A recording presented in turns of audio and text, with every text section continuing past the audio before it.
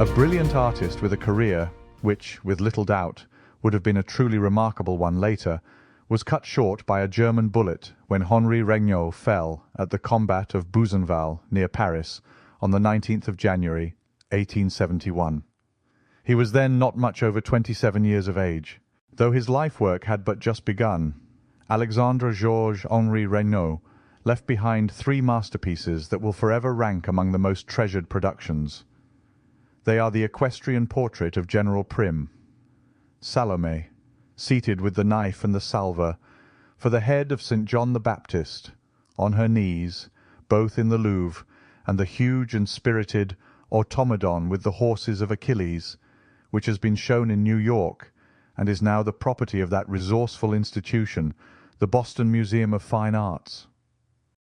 Jean-Auguste Ang, in whose eyes the art of modelling in light was the necessary quality of a painter called upon to represent the figure of a woman, would himself, despite the reserves he would have made on the score of style, would he not have approved of the breadth of brush and the simplicity of tone which give to the entire figure of Salomé the unity of an animated marble as well as the true look of nature? In any case, Eugène Delacroix would not have failed to appreciate the extreme delicacy with which the transparency of the shadow which envelops the legs allows their fresh colouring to be so well divined. Théophile Gautier, an ardent admirer of the original and sympathetic genius of young Regnault, wrote, "The portrait of General Prim is all Spain. The painting of Salomé is all the Orient." Regnault was born into a family of importance and in the midst of artistic influences. His father was for 25 years director of the National Manufactory of Porcelain at Sèvres, and a member of the French Academy of Sciences. From early childhood he began to draw, chiefly animals. He refused to make copies, always drawing from nature. At school, at the Lycée Napoleon, he drew constantly, and made, when he had leisure hours, large crayon drawings of battle scenes. He was but 14 when he modelled in clay, from memory, a horse belonging to Napoleon III. Casts were taken from this at the suggestion of several artists, astonished at this precocious talent. When he was but 16, having taken his degree of Bachelor of Letters, the artist became a pupil of Monsieur Lamotte, and in the 1862 Prize of Rome competition he took the first entrée. After exhibiting 2 portraits at the Salon in 1864, the artist became a pupil of Cabanel, at the prestigious École des Beaux-Arts School of Fine Arts, in Paris. During the winter of 1866 he won the coveted Prize of Rome. Portrait of a Lady, sent to the Salon of 1868, attracted much attention, and finally, in 1869, came the sensational portrait of General Prim, reining back to its haunches his superb black charger, and before the Salomé appeared at the Salon, in 1870, came the automaton. Regnault was a great admirer of the painter Fortuny, whom he called the master of us all, and once he wrote, "I am entirely discouraged by the watercolours of Fortuny."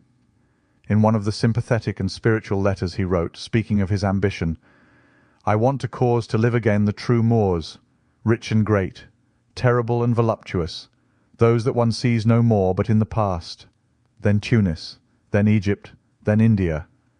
I will rise from enthusiasm to enthusiasm. I will inebriate myself in marvels so much that, completely hallucinated, I can fall back into our sterile and stupid world without fear that my eyes will lose the sparkling light that they will have seen for 2 or 3 years. When, on my return to Paris, I want to see clearly, I shall only have to close my eyes. Then Moors, Fellahs, Hindus, colossi of granite, elephants of white marble, enchanted palaces, plains of gold, cities of diamonds, all the Orient will appear to me once again. Oh, what intoxication is light!" Jules Claretie says, "This is what makes it certain that Regnault would not have stopped in such a fine road, and that he would have added many commanding pages to the youthful and sparkling ones that we have from him. He was not, like many others, satisfied with himself. He did not think he had reached the goal. His ambition as an artist was not satiated. He was still far from having quenched his thirst for light and colour. 'I have finished my picture,' he writes to a friend. "I have finished my picture of Judith. That is to say that I have put it in condition to be exhibited. There are still many things that would require to be more worked." "But what do you ask? So much the worse. I start on Thursday for Spain." This is from an unpublished letter. Regnault is all in. So much the worse, which means, have I not time? Could I not do better, and as I wish to do? That is a true characteristic point in his nature.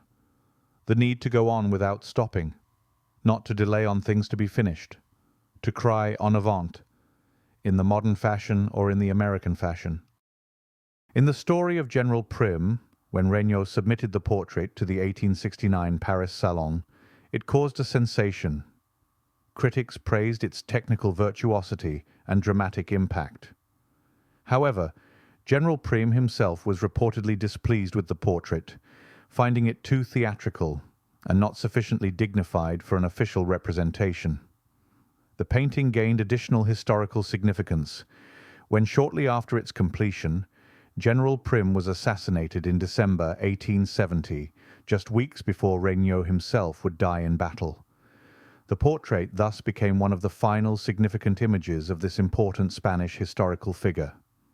Today, General Juan Prim hangs in the Musée d'Orsay in Paris and stands as another testament to Regnault's exceptional talent and his ability to create powerful images that capture both individual personality and historical moment. It was in Spain and the East that he had found his themes, and what a harvest might have been expected. Henri Regnault died just as he was about to be married to the girl he had long loved, and after he had bought in Tangiers a piece of ground on which to build a large studio. He had in August of 1870 sent to Paris his huge picture of the Execution without Trial.